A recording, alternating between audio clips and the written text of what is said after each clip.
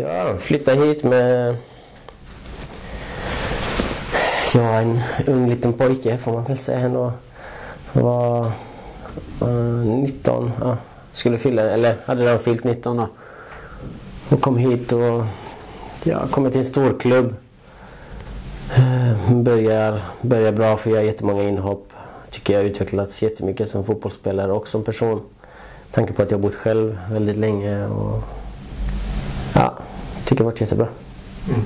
Det finns såklart en utveckling både på planen och utanför, men hur har den sett ut vid sidan om så att säga för dig personligen?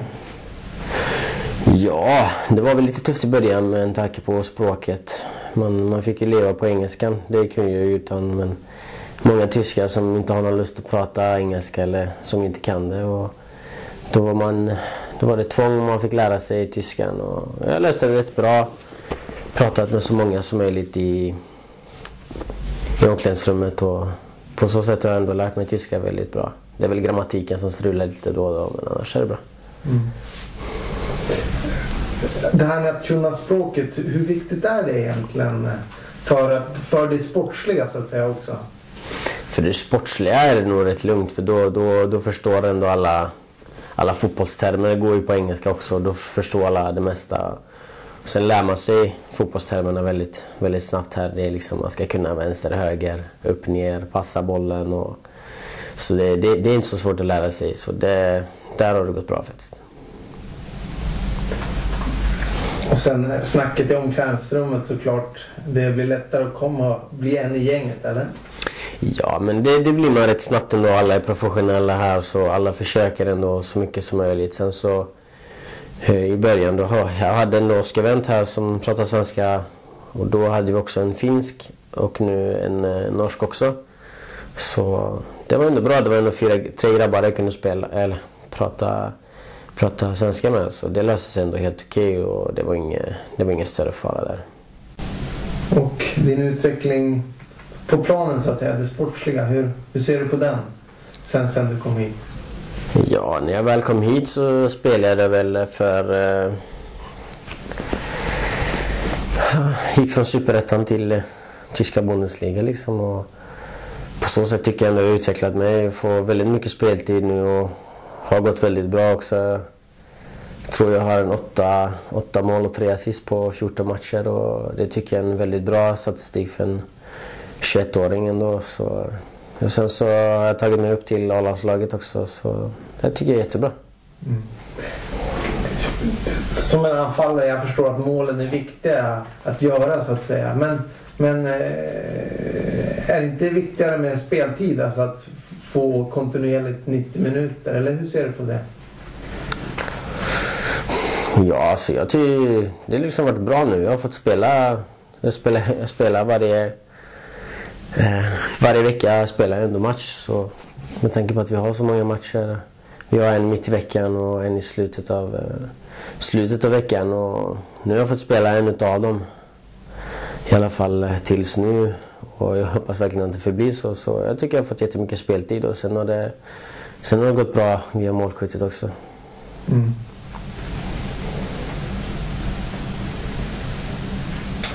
Egenskapsmässigt då som spelare, vad känner du att du har utvecklats mest sen du kom hit då? Ja, spelförståelsen har förbättrat sig definitivt, det är klart. Sen så är man ju mycket snabbare i sitt tänk, hur man ska göra med bollen och var man ska föra bollen. Sen så, ja, i det mesta så tycker jag ändå allt har förbättrats. Det är klart man har sina bästa sidor och de man är lite sämre på, men jag tycker även mina bästa och mina sämre sidor har förbättrats sen jag kom hit. Mm.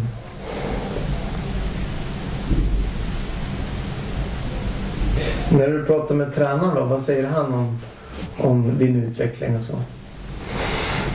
Ja, alltså, det är klart att han ser en förbättring på de 2 åren jag har varit här, men han har inte sett mig innan det, så det är jättesvårt att säga där, men jag vet att han har stort förtroende för mig, och jag snackar inte med honom hela tiden, men han är där och vi kör extra träning med honom extra själva liksom. Och då är han där och pushar på de grejerna han vill att jag ska förbättra. Och det är klart att han ser en förbättring och det har han sagt också. Ja, det är kul att man har en tränare som man ser tror på en och verkligen vill att man ska förbättras, så det är bara kul. Du nämner där extra träning, är det en individuell träning då? Man nöter vissa saker eller hur brukar det se ut för dig? Ja, alltså det blir ju liksom, då kör vi har ett träningspass kanske, och sen när alla de äldre spelarna går in så stannar väl ett par yngre, och jag är bland de yngsta, så då blir det att jag stannar, inte efter varje träning, men i alla fall de flesta träningarna så ropar han in mig och då får jag köra ett par övningar med honom eller något annat. Så nästan till varje träning. Vad brukar ni göra konkret? Vad är det för övningar? Det är mycket teknik framför mål och vanlig teknik som man kanske inte behöver framför målet, men mycket skott, mycket volley, nick som en forward skulle behöva, och liksom en mot en och så vidare. Så det är mycket sån träning. Spenderar mycket tid i gymmet och sådär för att bygga upp det i kroppen så att säga, eller hur ser du på det? Nej, så jättemycket är jag faktiskt inte i gymmet. Med tanke på att vi ändå har haft så jättemånga matcher som vi har haft nu, så har man inte så jättemycket tid att återhämta kroppen, och då har jag väl valt att inte vara så jättemycket inne i gymmet med tanke på att jag inte vill påfresta kroppen för mycket heller. Men det kommer nog komma efter vintern där, så kör jag igång lite lätt styrketräning. Men du känner inte att du behöver bli starkare i närkamperna eller sådär? Nej, alltså det är klart, närkampsspel kanske inte är min bästa grej. Men jag är hellre vara smidig och snabb liksom, och komma undan från situationerna. Och liksom, jag har kunnat ta mig ända hit till Bundesliga utan att vara en stor och stark kämpe uppe på toppen. Så det är klart att jag kan klara mig utan det nu också. Ja, du var inne där på att det är trots allt vissa saker i dig som spelare som har tagit dig till Bundesliga. Så att du ska inte ändra allt för mycket. Men du är trots allt ung. Du har ju fortfarande mycket att bli bättre på. Du har ju inte nått toppen än, eller? Nej, det är klart att det hoppas jag verkligen inte att jag har gjort. Men det är exakt därför jag gör de här extra träningarna med tränarna här. Och så det är klart att man vet att man är ung och man har väldigt mycket att förbättra liksom. Men sen så vet man vilka kvaliteter man har själv också. Så jag har väldigt mycket förbättra, och det är därför jag gör den här träningen med tränaren, och man ändå pallar med den efter en och en halv timmas pass där alla andra har tränat, och sen så kan man köra i en kvart till extra med honom. Så det är exakt därför man gör den, för att man vet att man är ung och man kan förbättra mycket mer. Sen älskar du ju fotboll också, så att stanna kvar har du ingenting emot, eller? Ja, kanske inte alltid man är så jättesugen om det har gått lite sämre, eller om vi har spelat något spel där och sen har man förlorat, så då kanske man inte tycker det är så jättekul att få stanna kvar en kvart till. Men sen får man ju tänka på sig själv och att man vet att det förbättrar en i framtiden. Så du menar att det är något sorts straff då ibland, att man får träna extra och stanna kvar och träna? Nej, så det blir väl inget straff, det kan jag inte säga. Men det är bara att om man nu väl har spelat någon slags match på träningen, och vi har spelat 4 mot 4. Och sen har man förlorat den kanske, och kanske man inte är så nöjd på alla domslut där heller. Och då blir det väldigt tråkigt om man ska vara kvar i 15 minuter till när man är lite frustrerad. Då vill man helst gå in och lugna ner sig lite. Man är på lite dåligt humör helt enkelt. Ja, exakt. Just.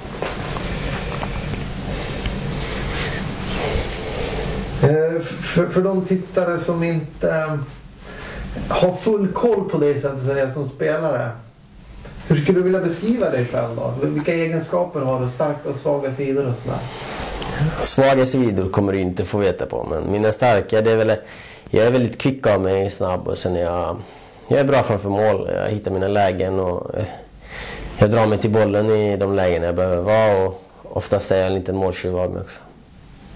Effektiv in i straffområdet? Ja, det skulle jag definitivt vilja säga.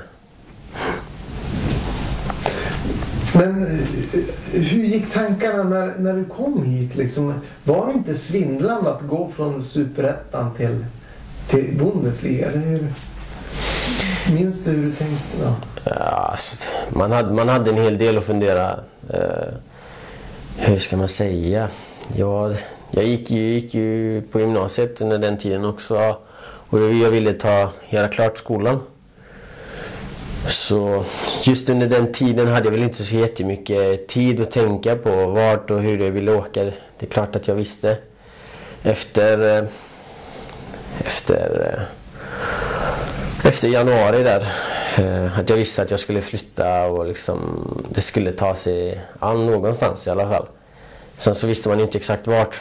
Så då tänkarna gick väl hela tiden, men jag hade inget konkret konkret i huvudet. Jag hade ju konkreta bud och så vidare, men jag visste själv att jag ville gå klart skolan och då hade jag ändå ett halvår kvar på ett ungefär. Så det var inte så mycket funderandes på det faktiskt. Men efter studenten då drog det igång och då blev det väldigt mycket. Det var mycket träning och mycket liksom extra träning. Man visste att man skulle till Bundesliga efter man hade skrivit på här. Och ja, det är klart.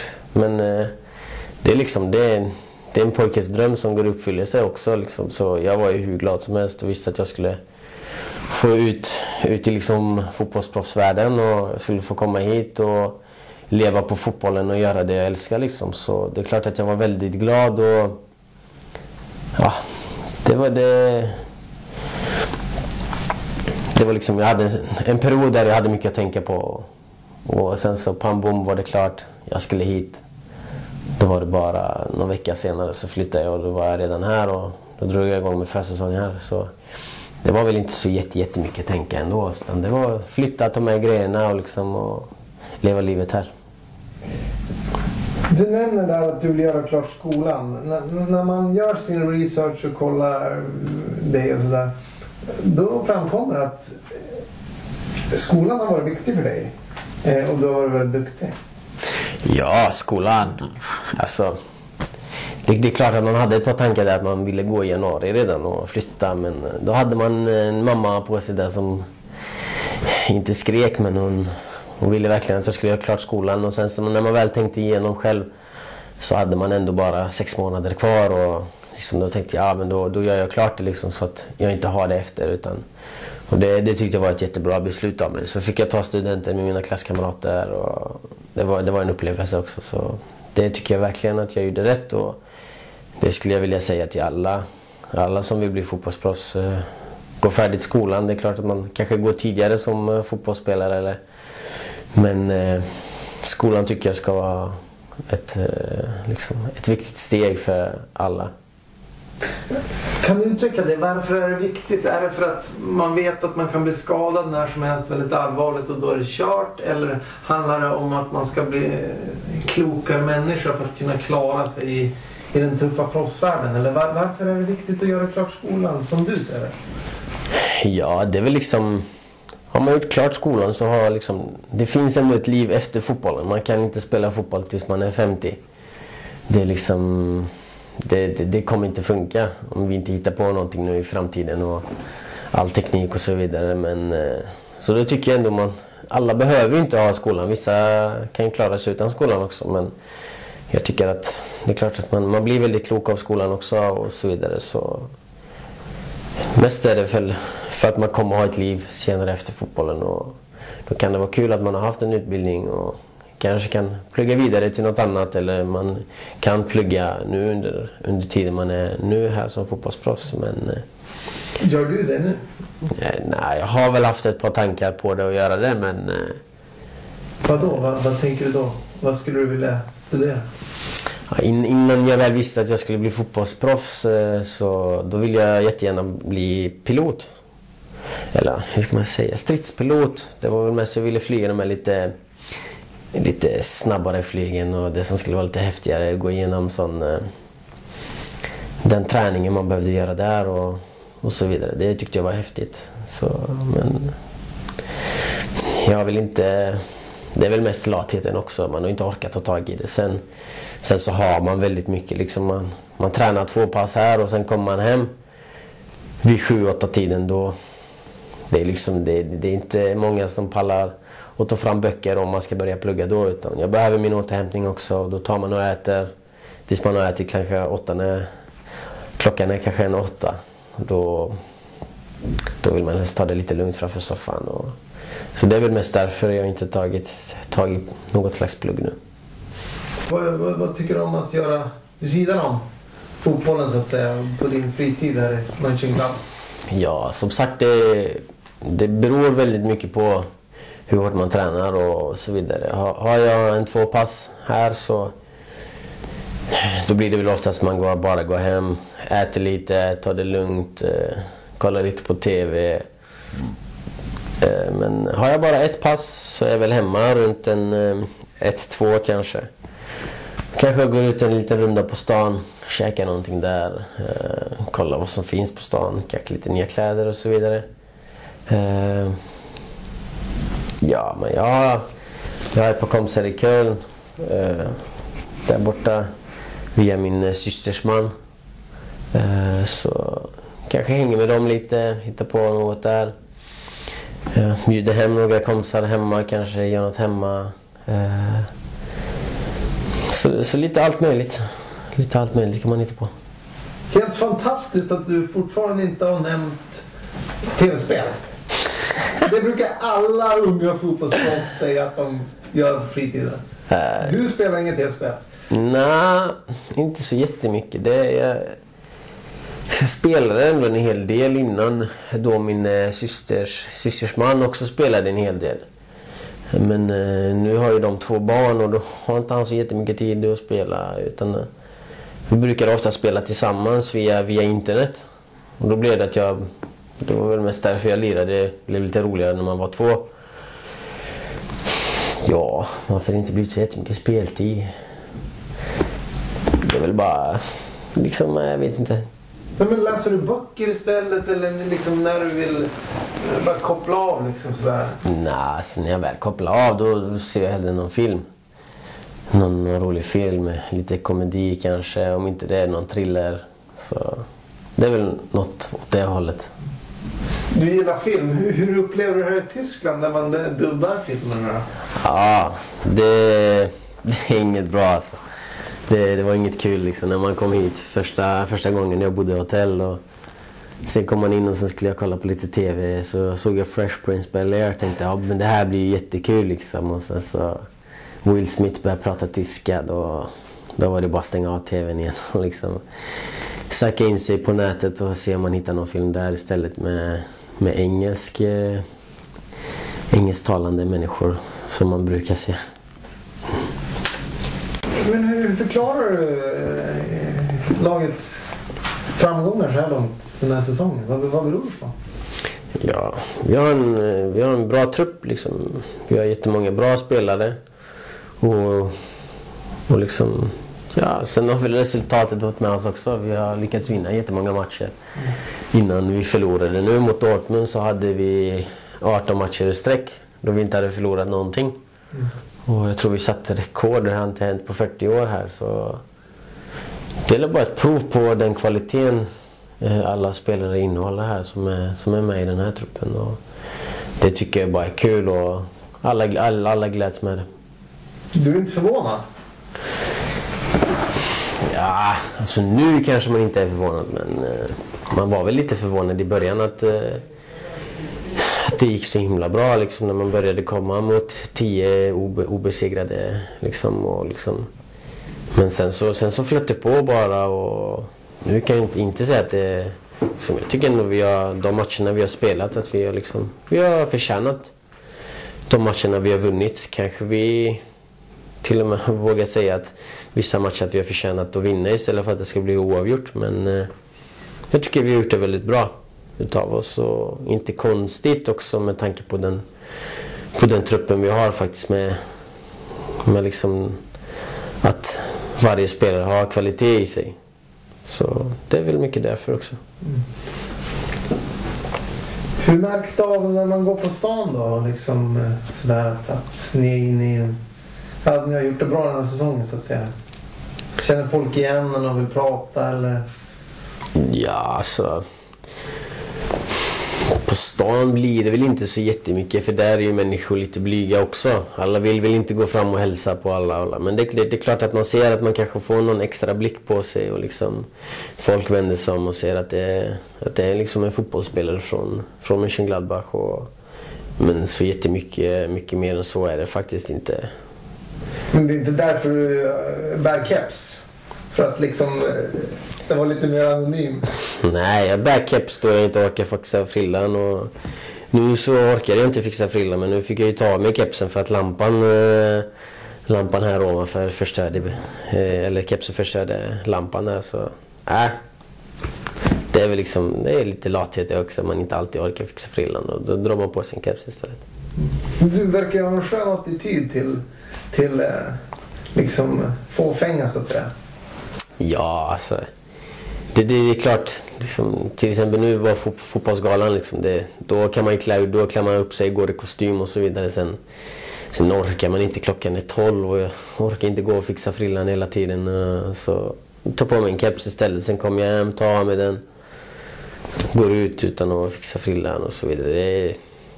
Det är liksom det vardagliga livet liksom. Jag orkar inte gå och fixa frillan hela tiden. Det är klart att man kanske går ut och käkar på någon restaurang, att man fixar frillan, men mycket mer än så är det inte. Hur ser balansen ut mellan satsa på ligan och Europaspelet? Hur går snacket i klubben? Det går väl bra liksom. Vet att vi satsar på båda hållen. Hela klubben vill ju jättegärna att man ska vinna både Bundesliga och Europa League, men just nu är vi på 3:e plats, tror jag, Bundesliga. Vi håller oss jättebra där.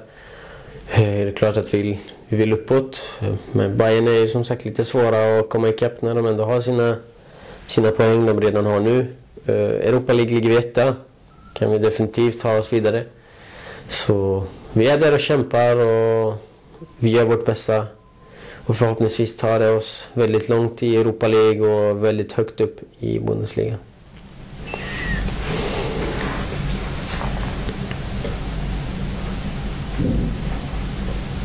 Hur upplever du annars fotbollsintresset och intresset för klubben i den här stan? Ja, den är grym alltså. Det får man ändå säga. Vi har otroliga fans. Jag tror vi nästintill har fullt varje hemmamatch. Och liksom, då är det ändå 54 000 som ska komma hit och kolla på matchen. Så det tycker jag är riktigt grymt faktiskt. Lite synd att Sverige inte är mer som Tyskland när det kommer till fotbollen faktiskt. Hur då menar du? Vad kan Sverige lära av Tyskland? Ja, men det känns som att folk brinner mycket mer för fotboll här. Det är därför det alltid är fullt. Det är liksom, vad jag vet så finns det inte många arenor i Sverige som är fyllda varje match. Och liksom, det är klart att det är klart att Sverige är mindre än Tyskland, men ändå liksom Tyskland, där är de grymma, och där ska verkligen våra fans ha en stor eloge att de är här och stöttar oss varje gång, och att nästan till alltid är fullt här på arenan. Har de någon speciell sång om dig? Någon ramsa? Nej, jag tror inte de har någon speciell sång om någon här faktiskt. Så... De sjunger bara om laget som sådant, eller klubben så? Kör bara laget, och det tycker jag är fantastiskt. Som sagt, för våra fans ska verkligen ha det. De gör det väldigt bra, och spelar vi borta så har vi minst 6-7 tusen våra fans som är där och kollar, och det tycker jag är hur grymt som helst. Borussia är ju annars en klubb med stolta svenska traditioner genom åren. Patrik Andersson och Jörgen Pettersson och Martin Dahlin och allt vad de heter, Schabbelton och så. Hur märks det? Alltså, blir man på något sätt behandlad på något speciellt sätt för att man är svensk i den här klubben och i den här stan? Nej, det skulle jag inte vilja säga. Man blir behandlad så som alla andra blir behandlade, och det tycker jag är bra. Sen så ser man ju att klubben är och scoutar väldigt mycket i Skandinavien med tanke på att vi är 3 skandinaver i laget nu och liksom Sen nämna om det är Oskar Wendt och sen har vi Håvard Nordtveit som är norsk. ja.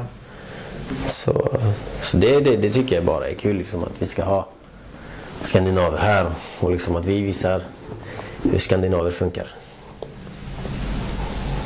Hänger ni 3 mycket? Ja, det är klart att det liksom det blir lite då och då man käkar lite hemma hos varandra och ja, som sagt vi 3 hänger väl väldigt mycket också här på träningsanläggningen och liksom är inte våra tjejer fruar här så det är klart att vi hittar på någonting tillsammans då. Tänkte vi skulle prata lite landslaget. Du är nyss hemkommen. För 2 dagar sedan så kom du hem från landslagssamling där du fick hoppa in mot Frankrike. Börja med att berätta lite grann om inhoppet. Ja, det är kul. Det är kul att man får testa på det också, liksom lite landslagsspel och det är klart att man blir hedrad och man får liksom representera sitt land och man är bland, jag vet inte hur många det var, 20-25 kanske.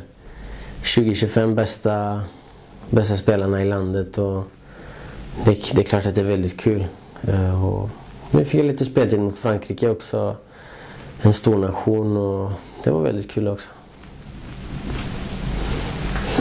Innan vi slog på kameran här så sa du äntligen att du fick hoppa in.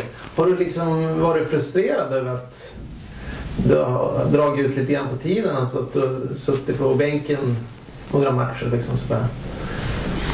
Nej, det kan man väl inte säga. Jag tror alla spelare som blir kallade dit vill ha så mycket spel som möjligt. Så man vill ju spela bara. Så är det. Men konkurrensen är tuff? Ja, det är klart den är tuff med Zlatan på topp. Det blir lite svårt att konkurrera med honom, men man gör sitt bästa. Han börjar ändå bli lite äldre så, och jag är väldigt ung. Så min tid kommer komma, det gäller att ha tålamod bara. Har du pratat med Zlatan någonting? Bara ni 2 så att säga? Nej, inte mycket alltså. Man hälsar väl lite på varandra, kollar hur en mår. Sen är det inte mycket mer än så. Men har han givit dig några tips eller råd sådär? Hur du ska tänka i vissa positioner eller sådär? Nej, det tycker jag inte. Liksom han gör sin grej, jag gör min grej när vi är i landslaget. Liksom, man har dem liksom. Man är liksom, just nu var jag väldigt mycket med Oskar. Spelar kort med honom och ett par liksom, så liksom, allt beror på vad man gör liksom, och så nej, inte så jättemycket snack med Zlatan. Hur ser du annars på att spela med landslaget? Jag förstår att det är en bonus, man måste prestera i klubblaget för att få chansen där. Men vad betyder det att spela landslaget? Ja, det är klart att det betyder mycket. Det är klart liksom, det är ett prov på att man gör det bra här. Och vara där och representera sitt land, som jag sa innan, det är väldigt kul liksom. Och, ja, det är kul liksom. Det är jättemånga som gärna vill upp i landslaget och då är man ju bara stolt att man får vara med där. Ja, hur ser du på framtiden här nu? Vilka är har du någon målbild eller har du någon drömmar så där med karriären i sin helhet? Hur resonerar du kring det? Ja, jag är väl en sån person utav mig att jag inte vill sätta några långsiktiga mål precis, utan jag kör på det som är nu liksom, och sen vart det tar mig, det är en annan grej. Men just nu vill jag tänka på det som händer nu, utan jag gör mitt bästa här och sen får vi se vart det kommer. Jag är inne på mitt 3:e år här och varit här i 2 år nu och tycker det har gett mig en jättebra utbildning. Så utbildning kan man väl säga också. Men det har gett mig liksom... Jag har sett väldigt mycket och liksom jag har lärt mig väldigt mycket utav det också. Inne på mitt 3:e år här. Liksom man lär sig väldigt mycket som fotbollsspelare.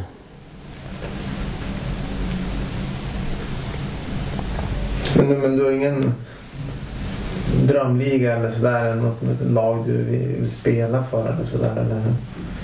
Nej, det kan jag väl inte säga. Inte något riktigt. Jag vet att när jag var liten så ville man ju spela för Real Madrid. Men jag tänker väl inte så jättemycket på det nu. Liksom. Man vet att man är fotbollsproffs här och man ska göra sitt bästa här. Det är klart att någon gång i framtiden kanske man skulle vilja spela i Real Madrid. Så som man tyckte när man var yngre också. Men jag tänker faktiskt inte så jättemycket på det. Utan jag kör mitt race här och sen om det tar mig till Real Madrid. Grymt liksom. Men så jättemycket mer tänker jag inte på det.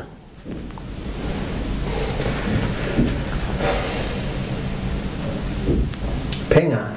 Man tjänar ju en del pengar som fotbollsproffs.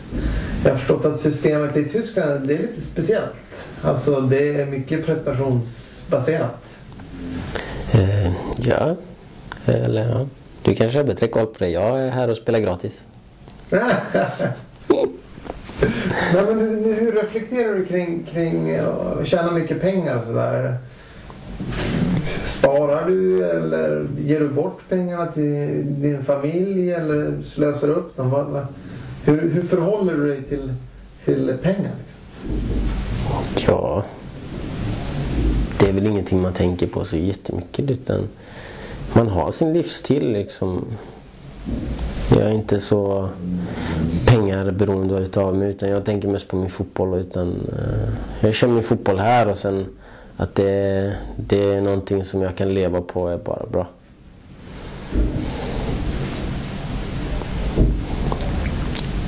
Så du sparar det mesta av pengarna eller unnar du dig någonting eller hur ser det ut? Det håller jag till mig själv faktiskt. Okej. Okay. Får ha lite hemlighetsgrejer här också.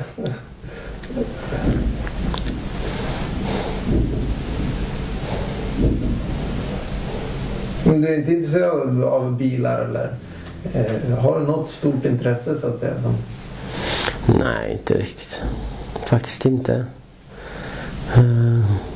Nej, det har jag faktiskt inte. Det är väl lite elektronik kanske att man vill ha senaste telefonen hela tiden men det är liksom det är ändå. Men när du ser filmer, du är ju filmintresserad. Ja. Har du en fin tv med värsta ljudet och liksom? Ja, en vanlig tv. Det är liksom det är inget speciellt med den. En vanlig tv kanske man har köpt sig ett litet extra surround ljud till det men liksom det är inte någon biosalong precis att jag har gått och lagt jättemycket pengar på det. Utan jag köpte en vanlig tv som jag tyckte var fin. Det är väl inte så jättemycket. Det är som sagt det är liksom mest mobiltelefoner och iPads och sånt man kanske. Men jag har en iPad, jag har en telefon liksom och det är ändå svårt att hänga med liksom tekniken.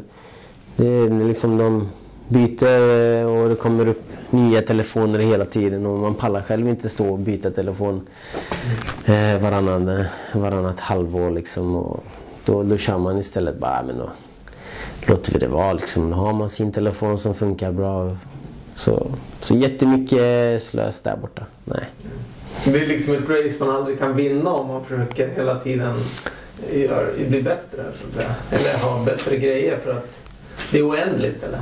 Ja, men det känns ju väldigt dumt liksom att man ska, när man redan har en fungerande telefon, att man nu, som kanske är ett halvår ny redan, och man ska gå och köpa sig en ny telefon igen bara för att det finns en iPhone 6 istället och man har en iPhone 5. Så nej, det skippar jag hellre. Ha en fungerande telefon som jag har massa bilder på och så vidare så räcker det liksom. Sen när den slutar fungera, det är klart att jag köper mig en ny då. Och då är det klart att jag kommer köpa mig den nyaste som finns.